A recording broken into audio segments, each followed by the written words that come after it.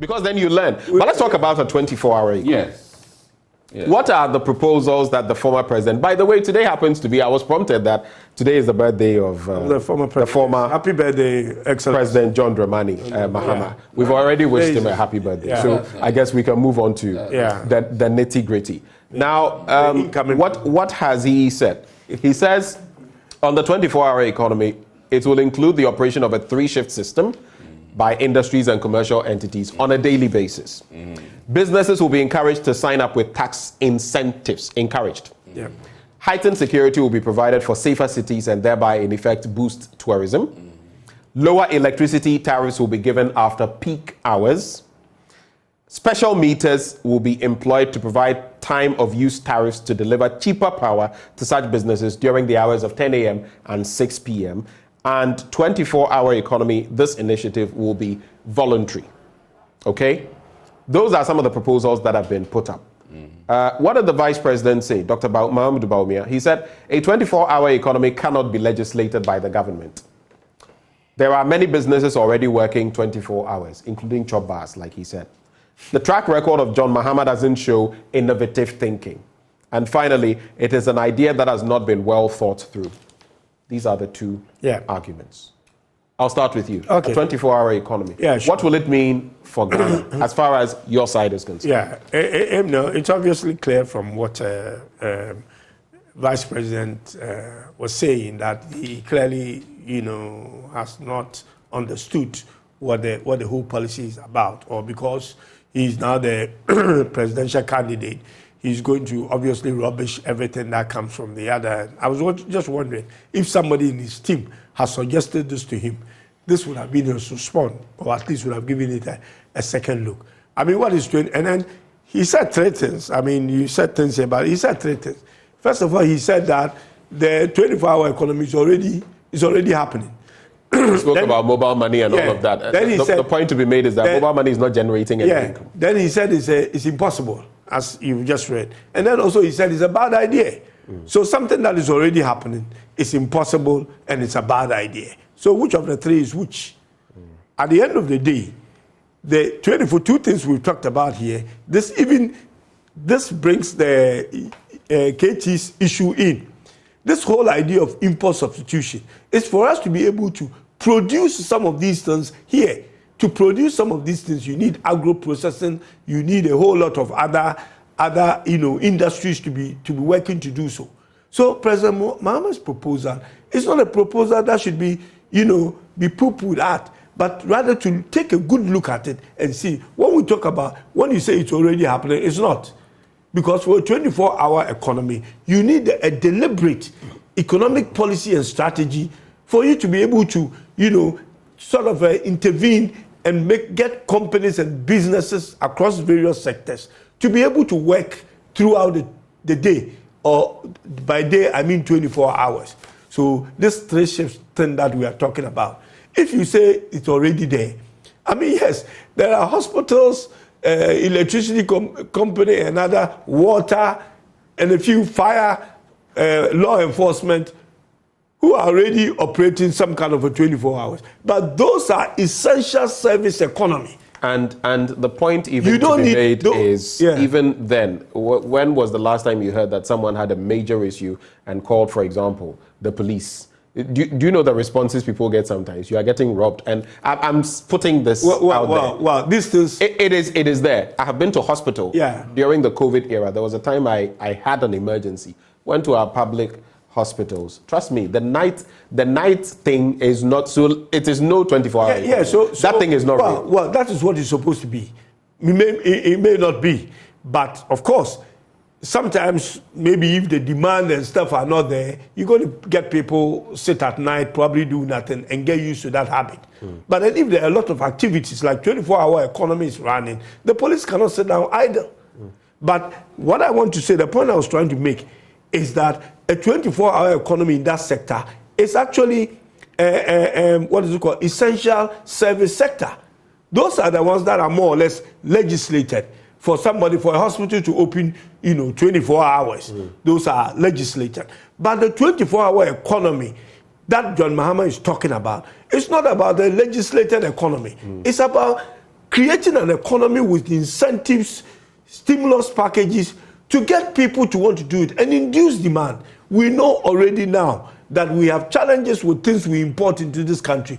All the things that we are trying to put restrictions on are opportunities for this country to be able to produce them ourselves. How can we do them?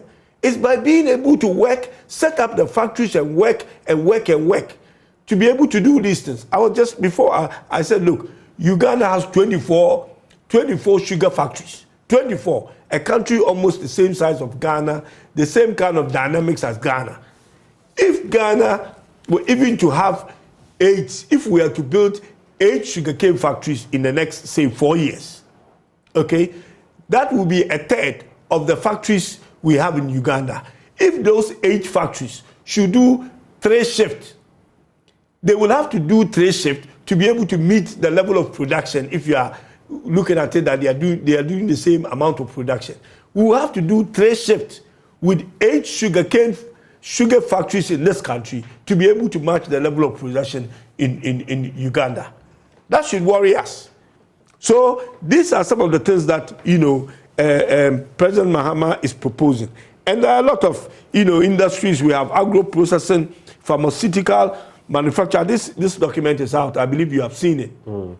So you can take a look at it. In the construction industry, he has specified the areas where we can create this. We can start with this 24-hour economy with all the problems that the MPP and other people are talking about. Look, are not problems. Security and all those things, they are opportunities.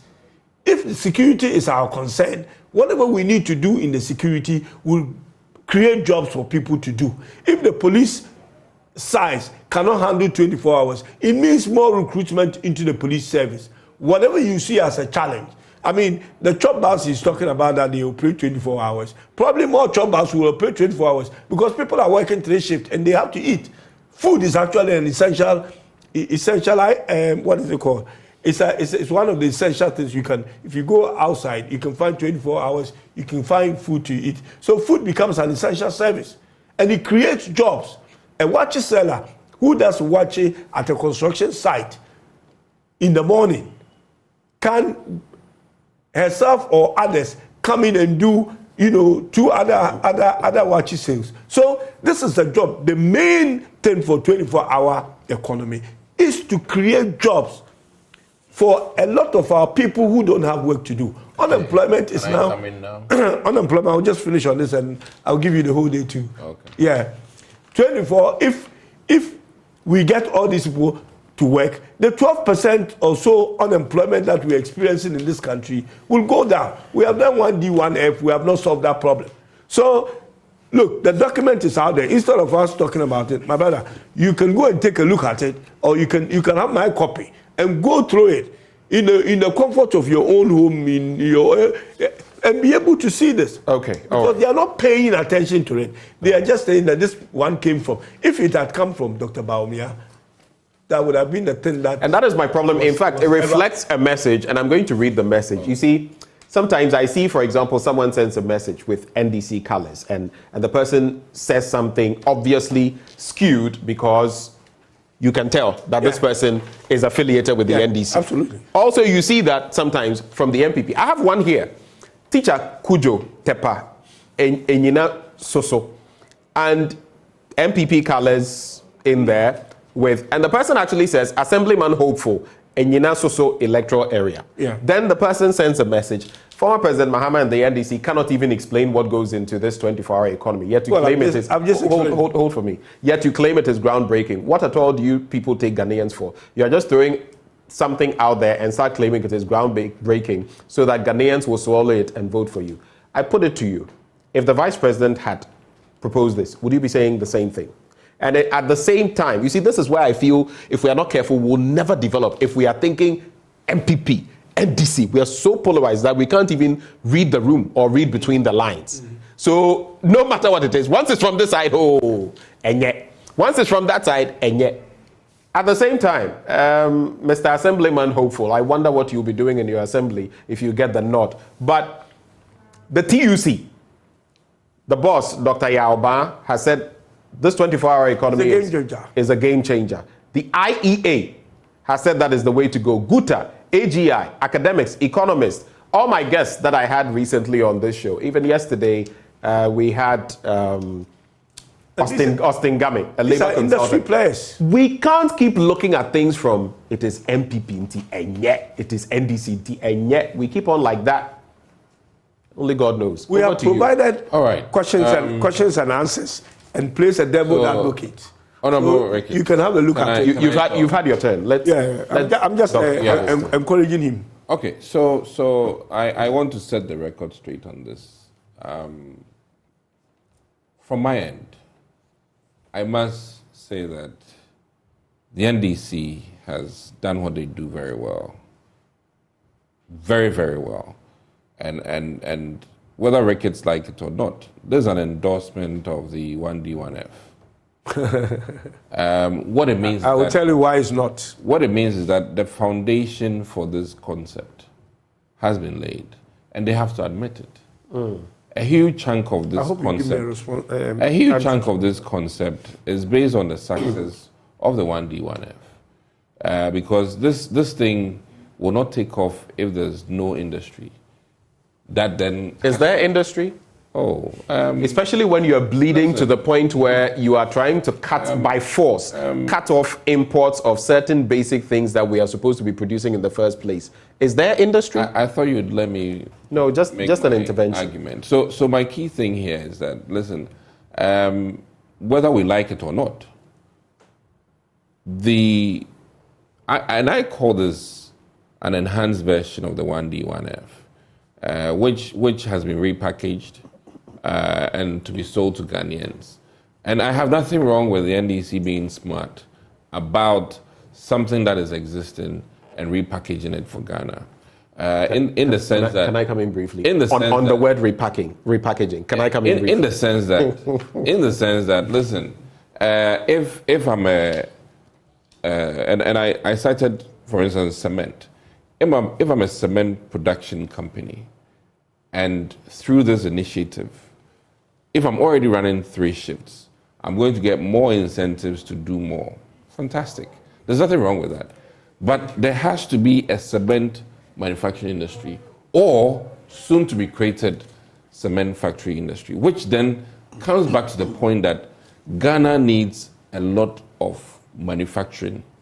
And that one, without a doubt, what the NDC is doing here is accepting something that for the longest time they found it difficult to swallow, that Ghana needs more industry. But I keep going back. Do we have those industries? Now, if we had them, we wouldn't be where we are. And by the way, when you were speaking of repackaging, you know this idea of a 24-hour... You're not allowing me to... No. This is not... I just have to clarify. This idea of a 24-hour economy, do you know how far back it goes?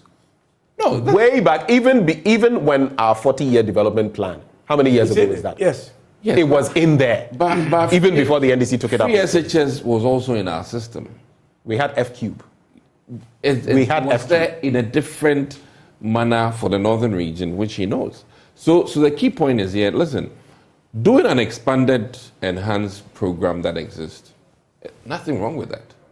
But the key thing is that you have to admit that there was something before we built on. Do you admit? And that is, for me, whether the NDC likes it or not, what this is a testament that 1D1F surely matters. This document you've handed to me, listen, you're talking about pharmaceuticals. Just recently, the president of this republic was there to commission a vaccine production company, which you know, not far from here, about 10, 20 miles from here in Amasaman. And if this wasn't there, would you think of adding two more shifts? COVID make us wake up to that. No. I mean, we needed COVID to make us wake up. I'm just. But in the meantime, we're still not producing enough vaccines for our children. Boss, you know that. I'm just focusing on pharmaceuticals because it is one of the things here. Now, I was at a fertilizer production company not too long ago on the invitation of the Minister for Agric, and for me, because of the ability to produce fertilizers in Ghana, if the company now does 2 shifts, based on this, they can move to 3 shifts. So whether we like it or not, this is an enhancement of 1D, 1F. So is a 24-hour economy a good thing? Is it a good idea? I said what? And it is a plus. Is it a good idea? Oh, what I mean, a plus, what does that mean? No, I'm just trying to find, is it a good idea? A plus is even telling you that I'm happy that they have agreed and accepted that what is there is good for Ghana to the extent that we have to up it. And how can you up something that you don't like? What this means is that the NDC is much in love with the 1D, 1F program. And when you go to leisure and hospitality, fantastic. Listen, I have been in New York, California, many other places, London, and 24 hours. You know, even London sleeps more than New York. So can I help you? London, can I help you with the figures? Even London, if you want me to bring them in. Which figures are we talking about? I'm talking about the night economy, for example, of London. It moved from 17.7 billion. I've been sharing these figures. I'll keep doing them. Okay. To 26.3 billion in 2014. Year on year, by 2026, they are projecting annual add-ons of 1.63 million. It's created 1.26 million jobs, 60,000 additional jobs yearly. You can look at Sydney. In 2017, it yielded $27.2 billion to the economy of Sydney, created 234,000 jobs. We can go on and on to New York and Las Vegas in the US, Tokyo in Japan, Seoul in South Korea, Singapore, Dubai, all of these. Listen, they are doing it. I see the sanitation and waste management. We just put up water production in Adaklu recently. If they are doing 1 shift there, this means that they'll be doing 3 shifts so that they produce more water for more people. Now, what I'm just trying to say is that once there's a foundation, building on is fantastic. And I must thank Nana Dankwa Akufo-Addo for doing a foundation, which now the NDC finally sees that they can take off. Thank you. I have to get this quick response. And whether I want it to be on record, wherever you go, that this is an enhanced 1D, 1F. Quick, you don't have that much time. Please go straight to the point. I think you should be part of, what is it called, Dr. Baumia's team to advise him on this, because he is saying this is basically a bad idea, but you are here endorsing the idea. I'm saying so I hope that an enhanced 1D. Well, he never said that. He said it's a bad idea entirely. He said it is already existing. But let me, I have even gone further. Let me. I don't have much time. It's an enhanced 1D, 1F. The word is enhanced. Can I repackage? Can I have repackaged? Can I have my 10? So it is not original. Can I have my 10, please? It is not an original thought. Dr. Adumaku Kisi. Okay. So, but I'm glad that he's admitted. But I thought this was for me now. I'll give it to you. I'm speaking to you. So when I finish, I'll give it to you. And I will show you where you can also get it. Now, this is different from, all this is based on industrialization. 1D, the problem, 1F? No. 1D, 1F is a method of industrialization. There are different ways of industrializing. With your 1D, 1F, we disagree with your method. We all know we have to industrialize. But your method of industrialization, which is hidden in secrecy, and we don't know which people are getting the benefit, is where the problem is. If you have built 169 factories or supported 169 factories. How many will you build? Hold on, let me finish. If you have that, we would have seen in the economy. Look, in Nkrumah's time, the population was very small. But we had when we were young, Nkrumah built 70 factories or whatever. And you could visibly see them. These guys, the factories, they talk about anything. Anytime we talk about 1D, 1F, they talk about Ekumfi. I don't know if you have the Ekumfi before.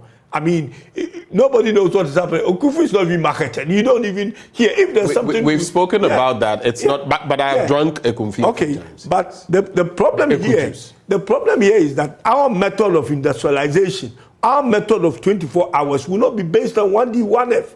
It's an industrialization, all right, and that is what we need, but not based on 1D, 1F, where cronies are. But let me ask you this. Are you saying that 1D, 1F will be no contributing factor at all if the NDC comes through and you are... I like that question. What is governance? Governance is a continuum, right? Absolutely. You build on what others have done, no matter how small, even if it is 1 out of 100. He's talking about...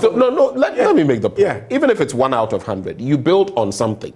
If you come and some industries have been put in place, it still feeds into it, doesn't it? Well, Yes wish or no? You have given this advice to me. Yes or you no? came and community sugar factory was built, but you decided not to make it work and say that we didn't grow sugarcane. You've been in power for 7 years. You couldn't grow sugarcane. I don't know whether it takes 10 years to grow your sugarcane. They have the Akumfi factory. You know, up and running. and then 1D1F, they say they've created 169 Cement. companies with 169,000 people have been employed. Yet unemployment keeps going up. These 169 companies, you don't know where they are. They have painted. Some people have given you painted- the list. You've given a list now. The companies are doing absolutely nothing.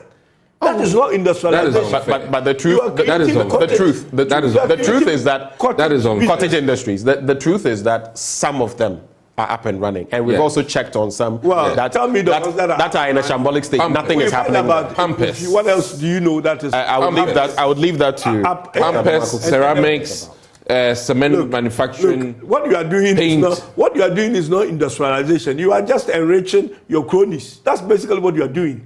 This 1D1F. And at the end of the day, all the monies that are being given to all these all the monies that are being given to these companies for 1D1F, you know, they are borrowed money from banks. And in the end, they have a contingent liability risk on government. If these guys don't pay the money, it is the NDC government that will come to power and pick up all this in addition to the almost 2022. about. But I think I get the point. Essentially, if you look at it, while 1D1F may be a subset factor in a way into what their plan is, it's a much bigger picture. Yes, but that's It goes beyond over and above anything we are currently doing. That is a fact. Do you agree that to is that a fact. now? We were given money. Gentlemen, Do you agree to that now that it's enhanced Gentlemen, 1B1F? Stimulus package to pharmaceutical industry. The key word, Right. Danita and all that. We give them money to expand their enhanced, business. repackaged, we have about We are building a pharmaceutical. Enhanced. We were already enhanced and repackaged Gentlemen, 1D1F. please let me coordinate this. I am Enhanced, repackaged, over here. 1D, Over here. 1F. Gentlemen, Enhanced and I repackaged. will recommend you Dr. Adumaku to Kisi, be part of Dr. Baumier's team Kweku Reketagan. so that Over here, they can have some smart people. I play the role of Alban Bagwin. Okay. I give you the opportunity to Mr. speak Speaker. or not to speak. Or not So to speak, please, yeah. over here, I am number two or number one. Luckily, I'm not. It reminds me of when We don't have numbers. we were spewing the numbers. We don't have numbers. Yeah. He's number 3. Okay, so to wrap the conversation, two quick things. E-jobs for all to reach 10,000 youth. I laughed when I saw this because I feel already there are so many things to create jobs. Why do we need to have to create something else, spend money, get into it? But this is targeted at Galamsey. The mining community. Mining communities. Then there's also the bit about the Criminal Offences Amendment Act, which has also raised quite a storm about the fact that it never got to Mr. President, and now the time has supposedly passed. I can't wrap my head. Those 2 points in 1 minute. What are your quick thoughts on? So I a minute each. Yeah, We're sure. gone. I think that the table office or clerks in Parliament should have prompted the Speaker when he started talking to pause, but somehow it got missed in translation. So it's a lesson for all of us. But how is it possible that after all this time, supposedly with all we know what the process is, it never got to Mr. President? How? Like I said, the clerks or the table office really should have prompted Mr. Speaker when he was talking. As to when and how, I am just making my point that it's so unfortunate. Administratively, Parliament goofed because I'm a member of Parliament, and I think that it's unfortunate that this happened because it's embarrassing. I mean, when I think about the topic, I just feel embarrassed that, we did this on national TV. And I've also, learnt my lesson that before I go on national TV and talk, sometimes I need to be careful and double check my facts. I am learning from that. And it is one of our down points in Parliament, but no harm intended. I think we'll correct what needs to be corrected. But the key thing, which I need to put out there, that listen, the message did not leave Parliament to the executive arm. All right, so fine. Your point is made. You are creating e-jobs. Now you are creating, everything is e. E-jobs too are coming, please. 10,000 jobs to be created. Abu Jinapor is a very innovative person. He's thinking and very entrepreneurial. And he's done many things that I thought was not possible with this Ministry of Lands and Mines and Natural Resources. And natural resources. And I think that, listen, just by way of him adding to the job market, I'm fascinated. And this is another version of the Alternative Livelihood Program, which was done for communities within the mining sector. And let me add that I was very touched when I saw that one of the mining boys had now gotten his graduation from university and has been sponsored to go out to further his education. So there's a path to moving some of these boys in Galamsey to regular institutions. Okay. So that there's an alternative. And I think that this should be supported across. Thank you. Quickly, Ricky Tagan, on both points, very quickly. Less than a minute if you can. That, I really don't believe this thing that never got to the president. Look, we have processes, and the technical people there. Look, I said I don't want to believe that. It means the system is not working.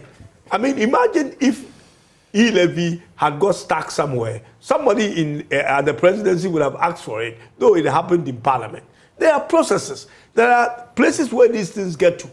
And if things don't get there, people should be asking questions. We are saying the president should ask Parliament to bring elections. E-jobs. I'm saying that, I don't believe it anyway. I don't believe that what is So what do you believe? E-jobs. What I believe is that we have to go. The president was probably having a second thought on E-jobs. On doing this. E-jobs.